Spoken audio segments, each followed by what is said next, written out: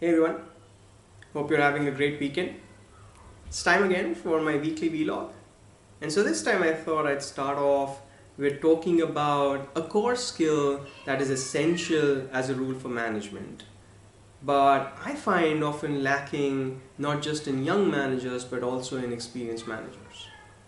It's perhaps a skill that's been set into our minds from a very young age. From the very first time that we started hearing stories and experiences of our parents, of our elders, of our grandparents. It's about how to really craft an engaging story for the other person. For some reason, we may remember the moral lesson, the good habits, or how to behave from the stories that were told to us, but along the way forget how that story was told to us. Why do we remember that lesson? How did that story become engaging for us? So let's talk about that. Let's start with perhaps remembering one of the easiest nursery rhymes, right?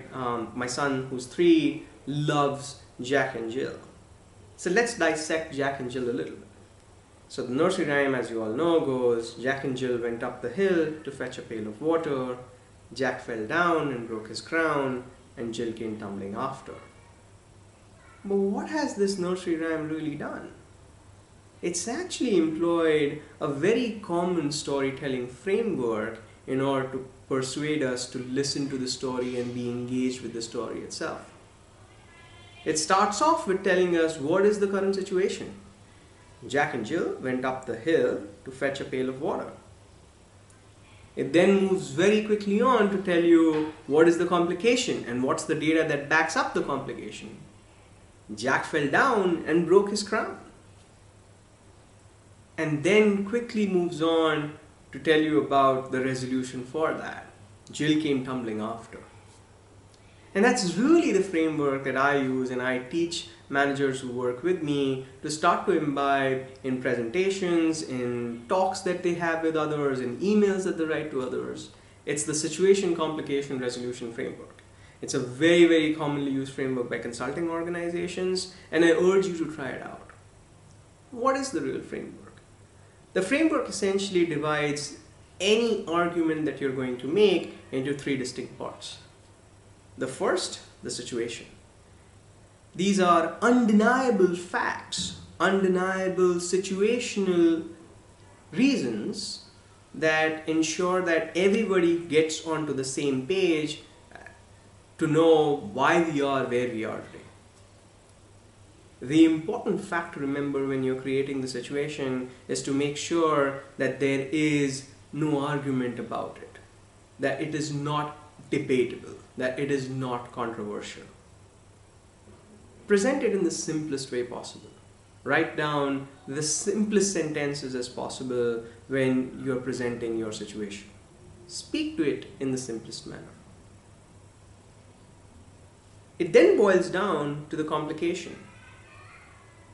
The most critical complication first, the lesser complications thereafter. But each complication that arises from the situation is always going to be backed up by data as you present it. And the reason you want to do that is because the complication is what is going to be debated. That shows the analytical frameworks that you've applied in order to make sure that people understand what can happen because of the situation. It's like gazing into a crystal ball. You're almost trying to predict the future in the complication itself. So in that way, make the complication future forward. Make sure that you back it up with enough data. This is the place that you will use your graphs if you're making a presentation, or you'll cite numbers and figures if you're having the argument with someone else. And then finally it comes down to the resolution itself. The resolution is about presenting the ideas, and often the way that I present ideas is base them on a risk impact scale. To say that I'm going to often present the lowest risk, highest impact ideas first, and then finally walk my way towards the high risk transformative ideas that are going to have the highest impact. Important for you to follow that structure. What's also important then is to make sure that every resolution that you present is then inverted back into the triangle. So you started with the situation, you created the complication back with the data, and then you came down to the resolutions. But for each resolution, now then come back to saying, how does it really affect the complication and how does it really change the situation as it exists today? That in fact closes the loop. And my final urge to all of you is that for all of you Avengers fans out there, the reason all of us love the Avengers to a large extent is because there's always the Easter egg that's hidden right at the end after the credits. And so even in your arguments, even in your presentations, even in conversations that you have, make sure, if you can, then have an epilogue.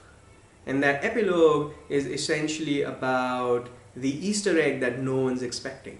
So if you've presented the situation, the complication, and the resolution, the epilogue is going to be, how are you going to really make that resolution come into action?